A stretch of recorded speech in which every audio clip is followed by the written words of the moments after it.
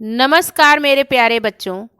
PNS memorial school online classes में मैं पूजा सिंह आपका हार्दिक स्वागत करती हूँ। कैसे हो मेरे बोर्ड के परीक्षार्थी, मेरे शिक्षार्थी, आप लोग सभी लोग कैसे हो? अपने बोर्ड एग्ज़ाम की तैयारी में लगे रहो। हर दिन हर सब्जेक्ट का एक एक चैप्टर आगे अपना बढ़ाते रहो, याद करते रहो, मैथ लगाते रहो, साइंस सब चीज़ें मन से पढ़ते रहो। बहुत ही कम दिन बचा है।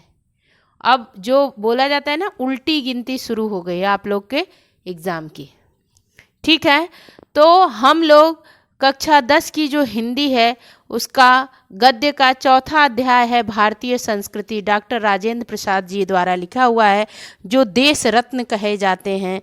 और कौन थे?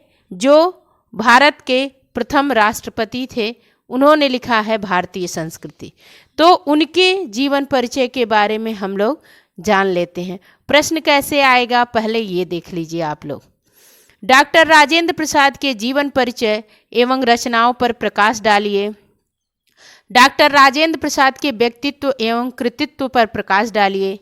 डॉक्टर राजेंद्र प्रसाद का जीवन परिचय दीजिए तथा उनकी रचनाओं के नाम लिखिए। ऐसे आएगा आप लोग के लिए। तो अब हम लोग ये देख लेते हैं कि कैसे एग्ज़ाम में आप लोग लिखोगे। ठीक है, तो भारत के प्रथम राष्ट्रपति डॉक्टर राजेंद्र प्रसाद एक सादगी पसंद कृषक पुत्र थे। जहां वे एक देशभक्त राजनेता थे, वहीं कुशल वक्ता एवं श्रेष्ठ लेखक भी थे। सत्य, निष्ठा, ईमानदारी और निर्भीकता इनके रोम रोम में बसी हुई थी। साहित्य के क्षेत्र में भी इनका योगदान बहुत ही स्पृहणीय रहा है। आपने लेखों और भाषणों के माध्यम से इन्होंने हिंदी साहित्य को समृद्ध किया है। सांस्कृतिक, शैक्षिक, सामाजिक आदि विषयों पर लिखे गए इनके लेख हिंदी साहित्य की अमूल्य धरोहर है।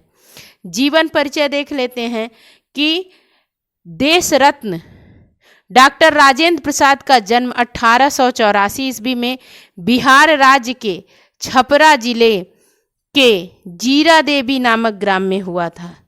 किस गांव में हुआ था? जीरादेई सारण नामक ग्राम में हुआ था। इनके पिता का नाम महादेव सहाय था। इनका परिवार गांव के संपन्न और प्रतिष्ठित कृषक परिवारों में से था।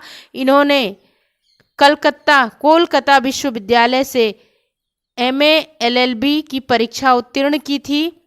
प्रतिभा संपन्न और मेधावी छात्र थे और परीक्षा में सदैव प्रथम आते थे। कुछ समय तक मुजफ्फरपुर कॉलेज में अध्यापन कार्य करने के पश्चात ये पटना और कलकत्ता हाई कोर्ट में वकील भी रहे। इनका झुकाव प्रारंभ से ही राष्ट्र सेवा की ओर था। सन 1914 ईस्वी में गांधी जी के आदर्शों और सिद्धांतों से प्रभावित होकर इन्होंने चंपारण के आंदोलन में सक्रिय भाग लिया और वकालत छोड़कर पूर्ण रूप से राष्ट्रीय स्वतंत्रता संग्राम में कूद पड़े। अनेक बार जेल की यातनाएं भी भोगी। इन्होंने विदेश जाकर भारत के पक्ष को विश्व के सम्मुख रखा। ये 3 बार अखिल भारतीय कांग्रेस के सभापति तथा भारत के संविधान का निर्माण करने वाली सभा के सभापति चुने गए। अब आगे देखते हैं हम लोग कि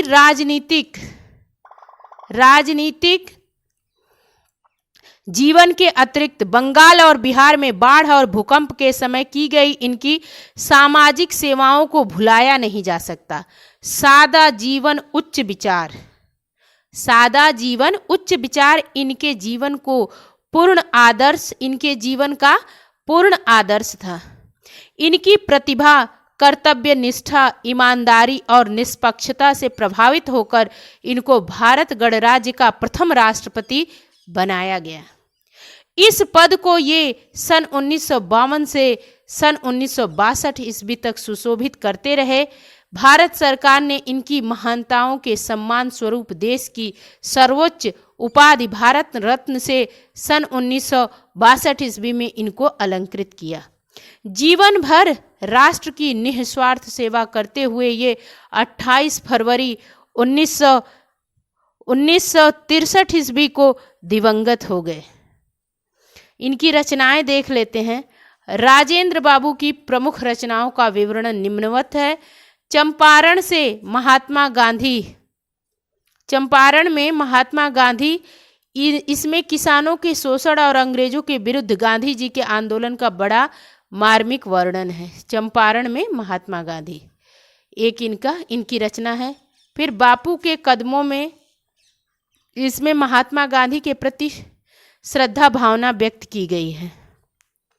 तीसरा है मेरी आत्मकथा। यह राजेंद्र बाबू द्वारा सन 1943 ईस्वी में जेल में लिखी गई थी। इसमें तत्कालीन भारत की राजनीतिक और सामाजिक स्थिति का लेखा जोखा है। चौथा मेरे यूरोप के अनुभव। इसमें इनकी यूरोप की यात्रा का वर्णन है। इनके भाषणों के भी कई संग्रह प्रकाशित हुए हैं। इसके अतिरिक्त शिक्षा और संस्कृत, भारतीय शिक्षा, गांधी जी की देन और साहित्य, संस्कृत का अध्ययन, खादी का अर्थशास्त्र आदि इनकी अन्य प्रमुख रचनाएं हैं। साहित्य में स्थान देख लेते हैं। डॉक्टर राजेंद्र प्रसाद सुलझे हुए राजनेता होने के साथ साथ उच्च कोटि के विचारक, साहित्य साधक और कुशल वक्ता थे। ये सादी भाषा और गहन विचारक के रूप में सदैव स्मरण किए जाएंगे। हिंदी की आत्मकथा विधा में इनकी पुस्तक मेरी आत्मकथा का उल्लेखनीय स्थान है। ये हिंदी के अनन्य सेवक और प्रबल प्रचारक थे।